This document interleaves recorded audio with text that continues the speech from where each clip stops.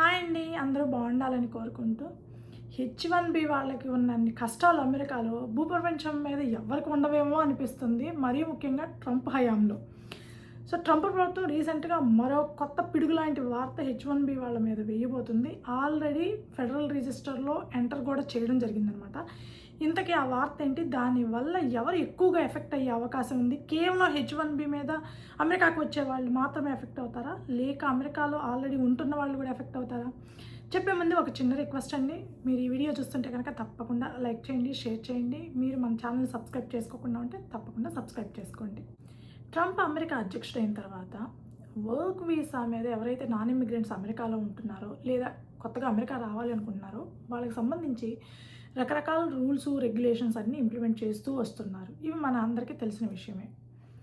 అయితే కొత్తగా డిహెచ్ఎస్ మరొక కొత్త ప్రపోజల్ అయితే పెట్టడం జరిగింది. అది కూడా వీసా ఫీజుకి సంబంధించి. దాన్ని ఆల్రెడీ ఫెడరల్ రిజిస్టర్లో ఎంటర్ చేయడం కూడా జరిగింది. అది వెరీ సూన్ అప్లికబుల్ చేయబోతున్నారు. ఇంతకీ ఆ కొత్త రూల్ ఏంటి, ఎప్పటి నుంచి అప్లికబుల్ అవుతుంది, ఎవరు ఎక్కువగా ఎఫెక్ట్ అయ్యే ఛాన్స్ ఉంది?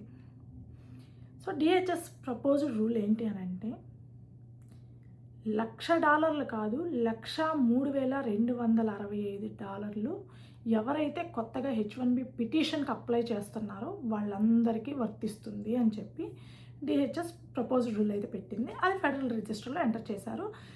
దీనివల్ల ఎప్పుడు ఎక్కువ ఎఫెక్ట్ పడుతుంది అని అంటే 2027-28కి ఎవరైతే లాటరీకి H1B లాటరీకి అప్లై చేస్తారో, అంటే H1B పిటిషన్స్కి అప్లై చేస్తారో 2027-28కి వాళ్ళందరూ ఖచ్చితంగా ఈ $1,03,265 కట్టి తీరాల్సి రావచ్చు.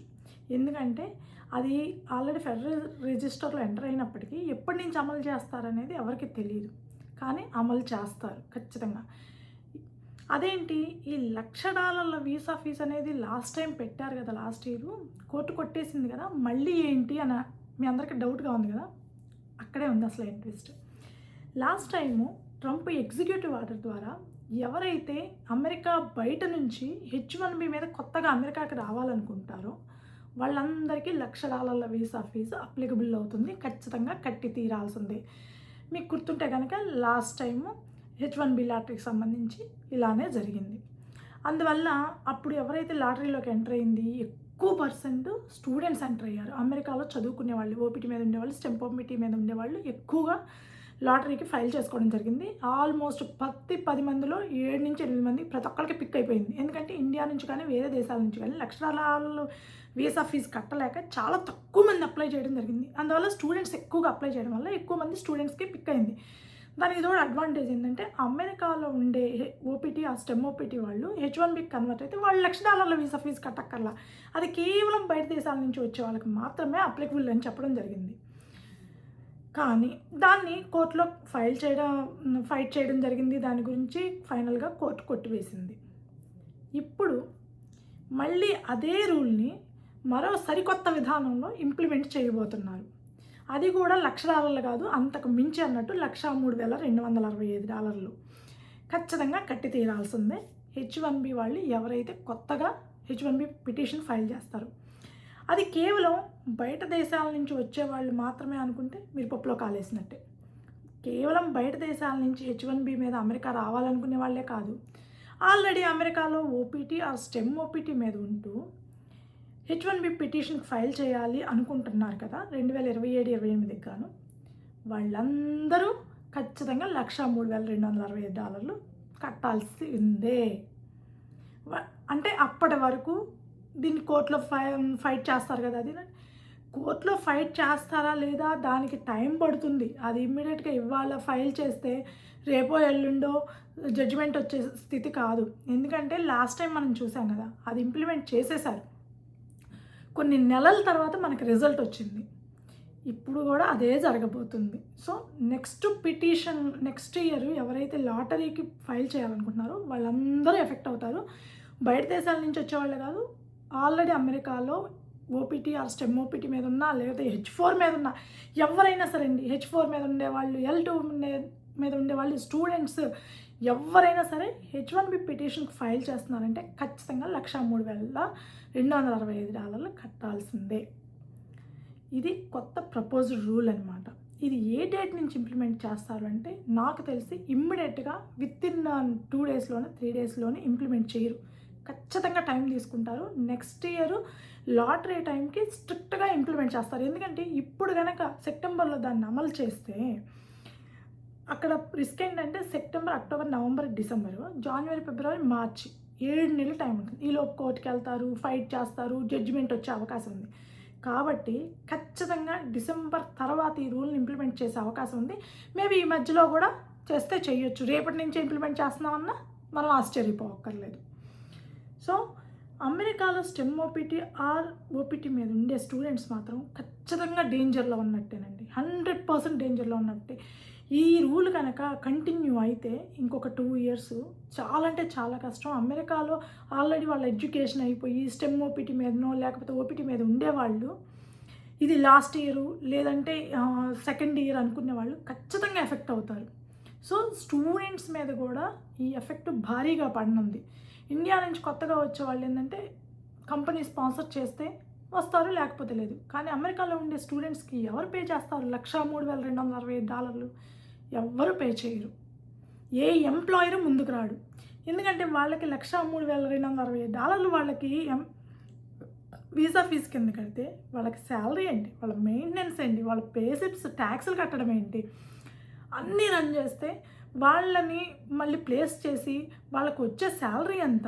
ఎందుకంటే స్టెమ్ ఓపీటీ మీద లేదంటే ఓపీటీ మీద ఉండే చాలామంది స్టూడెంట్స్ కొంతమందికి బాగా రావచ్చండి, మంచి ప్యాకేజెస్ రావచ్చు. చాలా వరకు చాలా మినిమం వేజెస్ వస్తాయి, $4,000, $5,000. ఎందుకంటే వాళ్ళకి ఇంత ఉండాలి కంపల్సరీ. H1B వాళ్ళలాగా రూల్ లేదు.